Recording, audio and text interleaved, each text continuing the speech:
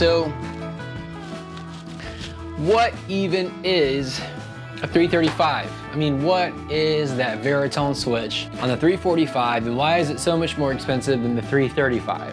Why does the 355 have a different headstock than the rest of them? Here are some of the questions that I want to dig into this video's topic, and it's what is the 335, the 345, the 355? What are their differences, and which one should you buy?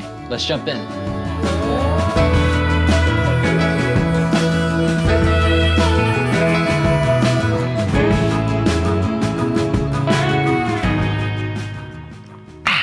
Ow, that's hot. Heck of a setup.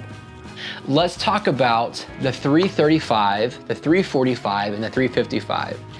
Really quick, when we get to the 345 video, we're gonna do something a little different. I'm gonna go to Dusty Strings Music here in Seattle in the Fremont neighborhood, and I'm gonna spend some time at their shop, and I'm going to explore a 1971 ES-345 that they have.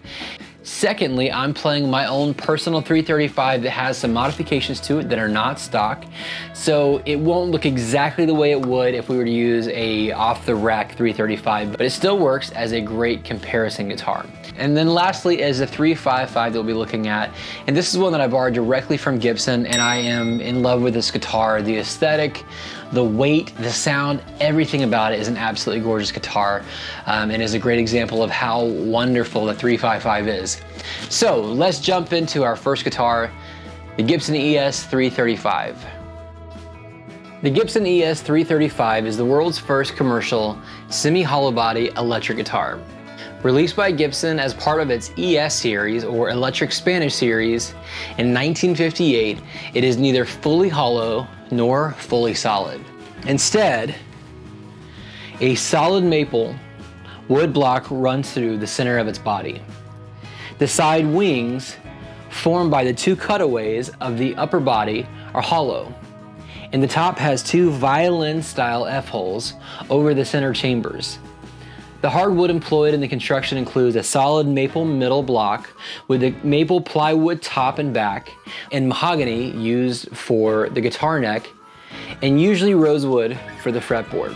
When the guitar was introduced in 1958, Ted McCarty, president of Gibson at the time, said, "I came up with the idea of putting a solid block of maple in an acoustic model to get some of the same tone as a regular solid body. Plus the instrument's hollow wings would vibrate and we'd get a combination of an electric solid body and a hollow body guitar." So when the 335 was created, it was made specifically to get the best of both worlds, to get the Les Paul solid body sound and the acoustic guitar sound as well. And the result was a middle ground which reduced the feedback of a hollow body at high volumes while maintaining warmer tones than a solid body. Production started in 1958 with the basic price of $267.50. Interestingly enough, in 1958, only 267 335s were produced. When the 335 was released, the official model name was the ES-335TD, and it came in a sunburst finish. ES stood for Electric Spanish. 335 was the price point that guitar shops later released it at. T stood for Thin Line, recognizing the size and the shape of the body being different from what they had released earlier prior to that. And D stood for Double Pickups. So seeing the double humbucking PAFs there in the guitar. Now, when it was released in Sunburst, it did not give the typical S that you would find with some of the other colors to signify that it was a Sunburst. It just came as the ES-335TD. Later, when the Natural was released, or what you might see as a blonde, you would see that as the TDN, as in natural. And then again later, when the Cherry was released, the TDC. C representing cherry as the color that it came with. Two legendary PAF pickups were used in the 335 when it was introduced in 1958. That production of PAFs were used from 1958 until 1962, sporting the very same pickups that you find in the Les Paul models at the time. The 335 has a 3-ply maple, poplar, maple top and back. It has a mahogany neck with a rosewood fretboard. The 335 comes with an ABR1 tune-o-matic bridge and a stop bar tailpiece. As the entry guitar to the 3X5 series, the 335 offers the least frills in comparison to the 345 and the 355. The 335 has no binding on the headstock. It has simple dot inlays, a mono input, has no veritone switching. It originally does not come with the vibrato tailpiece. It doesn't come with any of the extra frills that the 345 and the 355 sport. And because of that, it actually increased its dependability, its tuning, etc. It kept the cost down. More and more players were found drawn to the 335 than the 345 and the 355. The 335 truly is a special guitar and one of the longest running models that Gibson makes. Now that we've heard some of the specs on this guitar and what makes the 335 special, let's plug it in and hear what it sounds like.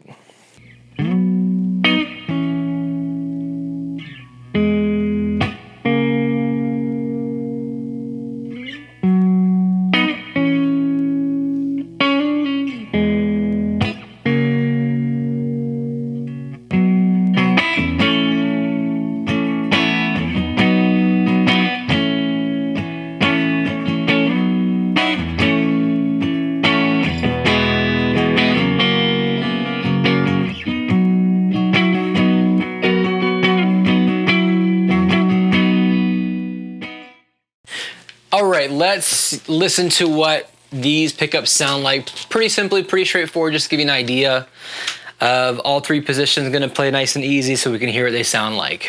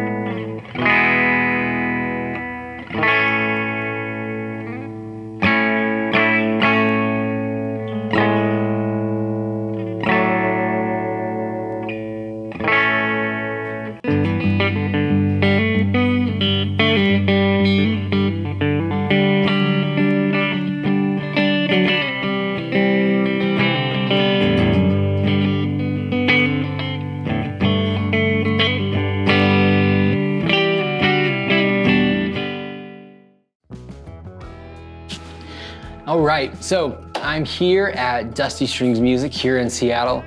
Like I said earlier, I came here because it's the only 345 around. So this particular, what a beaut, right? Gosh, I'm so glad it was this one. I'm so glad.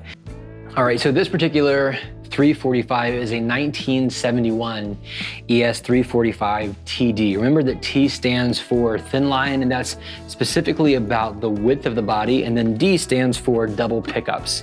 So the ES-345TD. Now this is a fantastically cool sunburst here that we're looking at. Split parallelogram inlays, stereo, truss rod covered, veritone switching system, 2 volumes, 2 tones, 3-way selector, and a trapezy tailpiece on here. So the 345 was launched in 1959, and it was aimed to sit between the 335 and the 355. So funny enough, it didn't come second in succession to the 35, but it actually came after the 355 had already been introduced to the catalog. So some of the features include the Veritone switching, and the 345 is the first guitar to introduce this Veritone switch to guitars in general. The Veritone is a 6-position switch that allows you to dial in preset tones. In short, it scoops the bass frequency, so as you move from 1 to 6, it makes it sound more like a single coil. So below this chicken head knob here is a notch filter with 6 separate caps that are soldered to switch decks. The first position, which is the one here, is actually true bypass, so it allows the signal to go straight to the volume pot from the pickup with nothing in the way. The remaining 5 steps in the Veritone remove certain frequency ranges, creating different EQ maps for each position. I couldn't find any particular names that name what the maps are, so that's why you're gonna hear guitarists use our weird words that we do, like, you know, underwater or squishy or things like that. We're gonna use our own words to describe it because there's not really a sound or a name for this particular position that describes this sound and tone. So how much the bass will be scooped actually varies by era. So the Norland-owned Gibson produced a considerably different circuit in the 70s, here in the 71, than what was produced when it was originally introduced in 1959. But the basic idea has always been the same, that the Veritone allows for a preset frequency scoops that you can dial in with the flip of a switch. So what's important to note is what the Veritone switch does not do. The Veritone circuit is not a compressor, it's not a tone knob, or something like a wah pedal. It's a switch, it's not a pot. So unlike your tone pot in your guitar or your wah pedal, those things roll off higher frequencies in a progressive way, where the Veritone switch jumps to predefined frequency scoops, preserving the lows and highs on either side of that scoop. Next up, one of the pieces that Gibson introduced in the 345 was stereo wiring. So you can see it right there on the headstock on the truss rod cover. It says stereo. If you don't notice the stereo truss rod cover, there's nothing down here telling you, hey, by the way, it's stereo, be careful, it's not gonna work the way you think it will. This cable that I'm running here is a stereo cable. I don't know if you can see that or not. It's a stereo cable, and it actually runs into a Y splitter at the end. So it allows me to play one guitar into one amp with a stereo signal. So the next incarnation of the thin line introduced by Gibson, it brought back the concept of a stereo guitar that Gretsch had experimented with within the late 40s. It was called Project O-Sonic. So rather than splitting the treble and the bass strings into a stereo image like Gretsch did, Gibson took the simpler solution of splitting the net pickup from the bridge pickup with the use of a special wide cable that I talked about a second ago into a newly designed Gibson GA88S stereo amplifier. That means that the neck pickup output is one side of the stereo and the bridge is the opposite. The middle position causes slight cancellation, giving a quacky sound. And Gibson achieved this by installing the magnets in the pickups meant for stereo guitars with the opposite polarity. This is one of the guitars that's a great example of having all of those features, having the trapezy tailpiece, having the gold hardware, having the split parallelogram inlays, having the stereo truss rod cover, coming with the stereo wiring and the 6-way Veritone switch. Now, with all of that in mind, let's see what do all 6 of the Veritone switches as well. All right, so starting in the 1 position of this beauty here, and starting in the bridge, we're gonna go through little by little, playing nice and simply. I've got some breakup to help kind of showcase and help create some more depth so that you can hear what each position sounds like.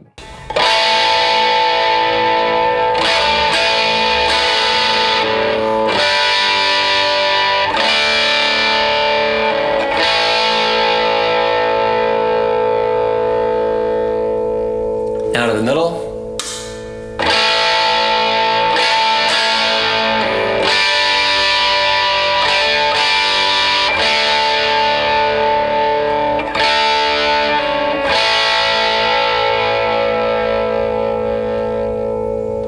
Now to the neck.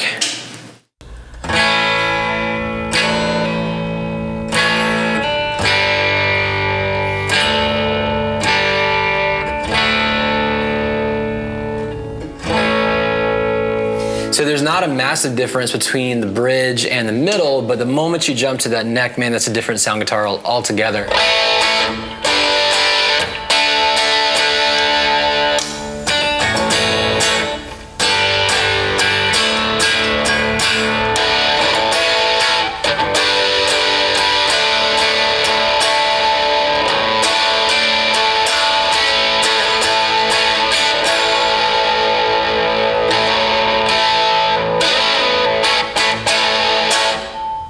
All right, so from the bridge position, now let's listen to the baritone going piece by piece, and remembering this is not a compressor, it's not a pot, so it's not gonna roll off, but it's a scoop that is predefined based on its position, all right? So this is 1 at true bypass.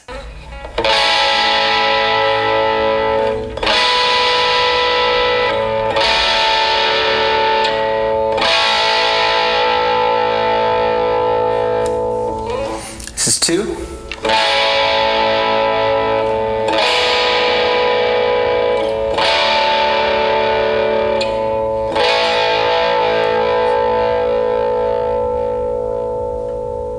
This one reminds me of the Beatles, I don't know why.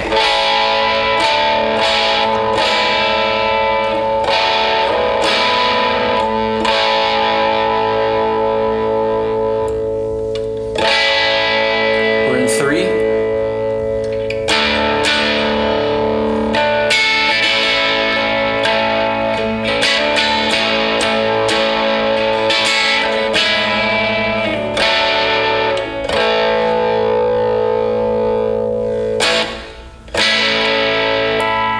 Four.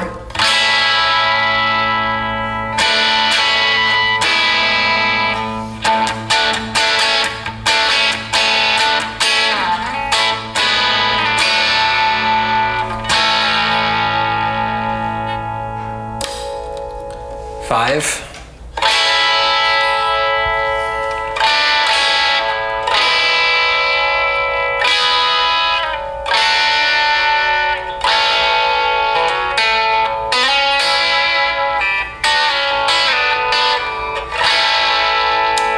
6.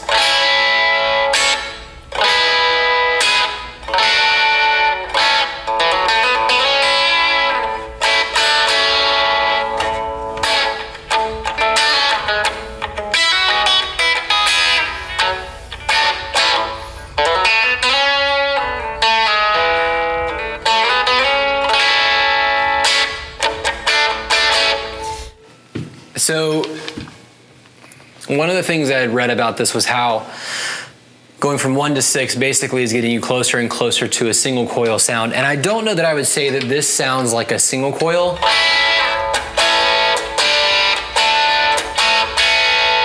Like I can hear properties of it, I guess, but I don't think I would hear, I don't think you'd play that for me blindfolded and I say that's a Strat, but I can see how that sounds more single coil than 1.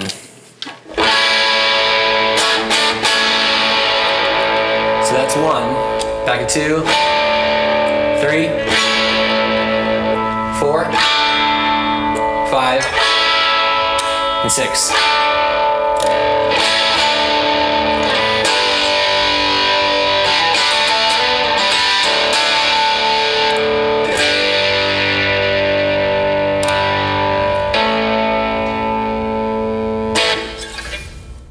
There's a 345.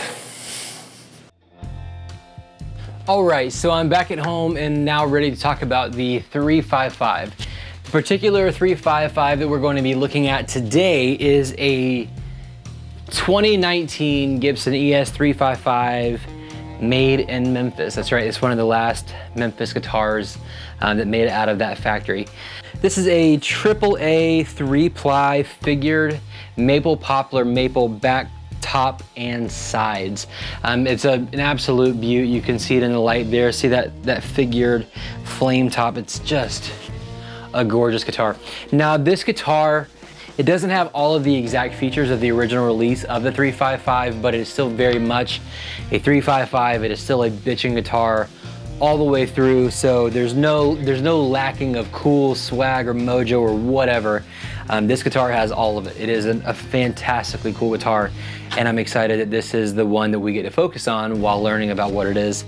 Thanks, Gibson, for lending me this so we can talk about it.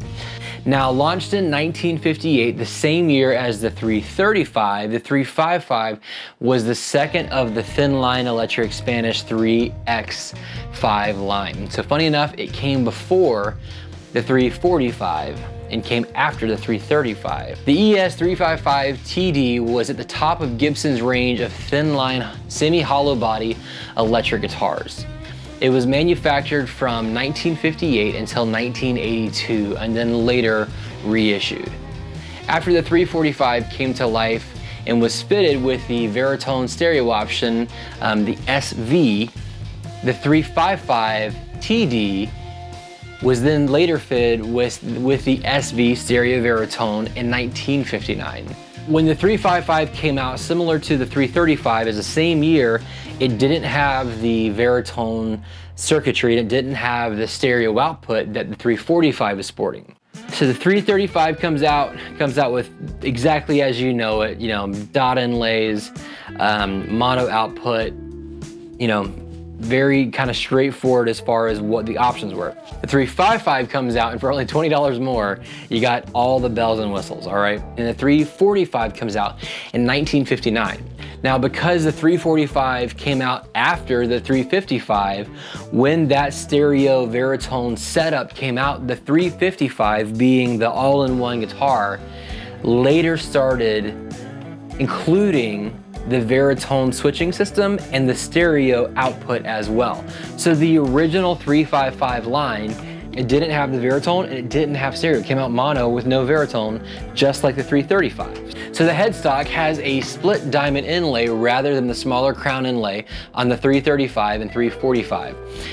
In addition to that, there's also multiple layers of binding. So you can see here on top, there's some binding all the way around. You can see it's multiple layers. You can see there's a couple different there on the headstock. Then we've got some here on the sides as well as the body there. And then also, as importantly, here. You see it's not just the normal binding, but also the black binding as well on the front and back. You see a little black line. So multiple layers of binding throughout the entirety of the guitar. So where the fingerboard inlays of the 335 are dots, the 345 are split parallelograms, and the 355 sports the mother of pearl block inlays. Rather than the rosewood fretboard of the 335 and 345, the 355 has an ebony fingerboard for a smoother sound. The ES-355 was also available with a Vibrola vibrato unit or a Bigsby tailpiece. It was also available with a stereo output and a Veritone circuit. When it was fitted with the optional stereo wiring and Veritone, the model became known as the ES-355TD SV. Now, the biggest difference between this 355 and the standard is that it lacks a tailpiece, it lacks the Veritone circuitry, and stereo wiring. So this is an ABR1 tune-o-matic with titanium saddles and an aluminum stop bar with locking studs. So this is more standard. These two pieces right here are more standard to the 335 and the 355. So it is a little bit different. It also doesn't come with what you would normally find in a 355, like the big vibrato tailpiece or the Bigsby on here. So it makes it a little bit less kind of visually grabby that you normally find in the 355, but still a killer player, an absolute gorgeous guitar. I mean, again, that top is just something else. So now that we have a better idea of this guitar in comparison to the 335 and 345 and its specs, let's hear what it sounds like.